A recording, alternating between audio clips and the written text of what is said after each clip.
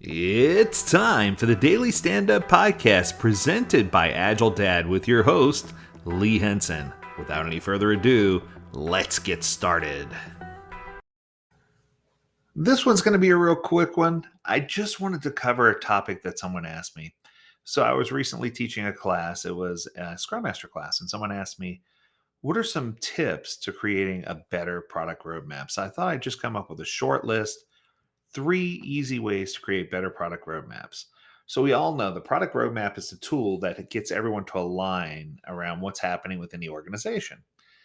If it's done poorly, I've seen it result in mass confusion. If it's done well, I've seen it result in a real easy way to convey large amounts of information and show exactly what's going to be done each quarter and with each initiative. So, with that, I wanted to just give you some insight. And here we go. So, when you're creating a product roadmap, one mistake that people make is they tend to lean in heavy on features and what features are going to be delivered. When you're making a roadmap, the goal should be to focus on goals, no pun intended, and not features. Instead of telling your team exactly what to do and being rigid about what you're trying to do, you should set goals and let them use discovery to figure out how to best achieve them. Now, this it goes without saying that the product owner should definitely have direction. They should have a vision and a clear strategy.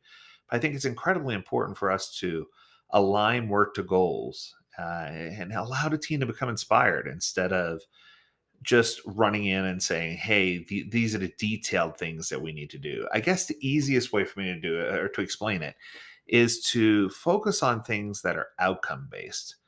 So, creating a focus on what's important, figuring out what strategy is, being inspirational, explaining the why behind the what, trying to avoid focusing on a tactical level.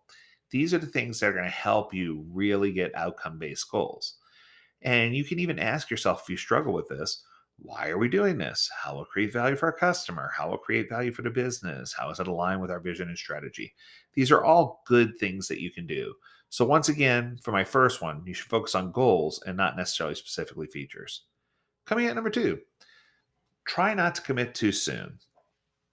There are cases when people say, "Hey, I need something by a specific date." And the most important thing for you to do is to not commit to the scope and the date together too soon.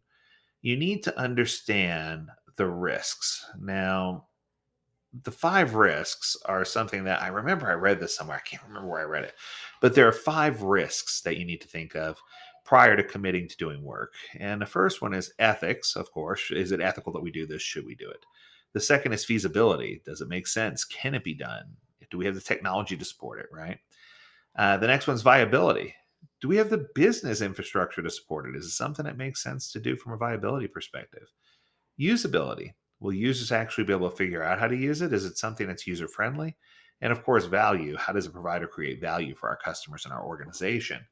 So, if we can figure those things out and address those risks, we need to be able to assess those things before we make a strong commitment. Now, what I can say, and this is something that shocks people, is that I often like committing to a date.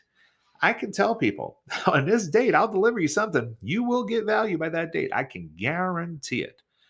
What I hate is when people say, okay, I need all these things by that date. Now you're putting two things on a fire. I can give you with about 85 to 88% assurance you're going to get all of these, some of these, and none of these with a date locked in. But the second you say, I need all of these, then I'm going to have to be more flexible with the date. So it's just one of these things where you can't get it all, and it's been that way forever. But it's just so important for us to understand that estimation is an important key for us to be able to forecast. So don't dig in and commit too soon. All right, coming in at number three, try to shorten the planning horizon. So the further out you go, the more uncertainty you have.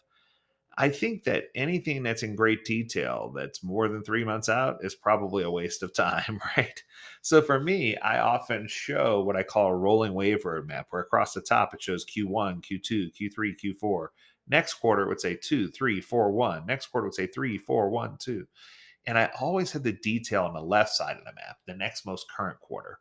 And then as things start to go out, things become a little more broad.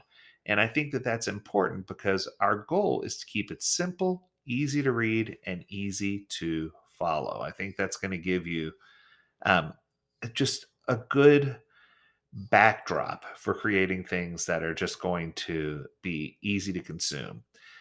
Now, another good idea is that as things get closer to reaching a funnel where the team takes on the work, we need to have a way to drill down into the roadmap so that we can drill all the way down to the product or project level and maybe even into a planning tool so that we can see the work and how it's consumed. And that's going to help us not only get our head around the work, but to make sure that we're not missing anything. So I hope these 3 tips helped you. One more time, just to make sure you got them all. Coming in from the top, focus on outcomes, not outputs, not features. 2, don't commit to a date and scope too soon, not so fast. Make sure you identify your risks. Make sure you start thinking about risk, and then make sure when you do commit that you can use a red light, yellow light, green light, all of these, some of these, none of these approach, because that's going to help you really get your head around the work. And then 3, shorten the planning horizon to make sure we're all on the same page. If you have a topic you want us to cover, feel free to reach out to us. Learn more at agiledad.com. We'd love to hit your topic. And as always, we encourage you to stay healthy, stay well, and stay agile, my friends. Until next time, do take care.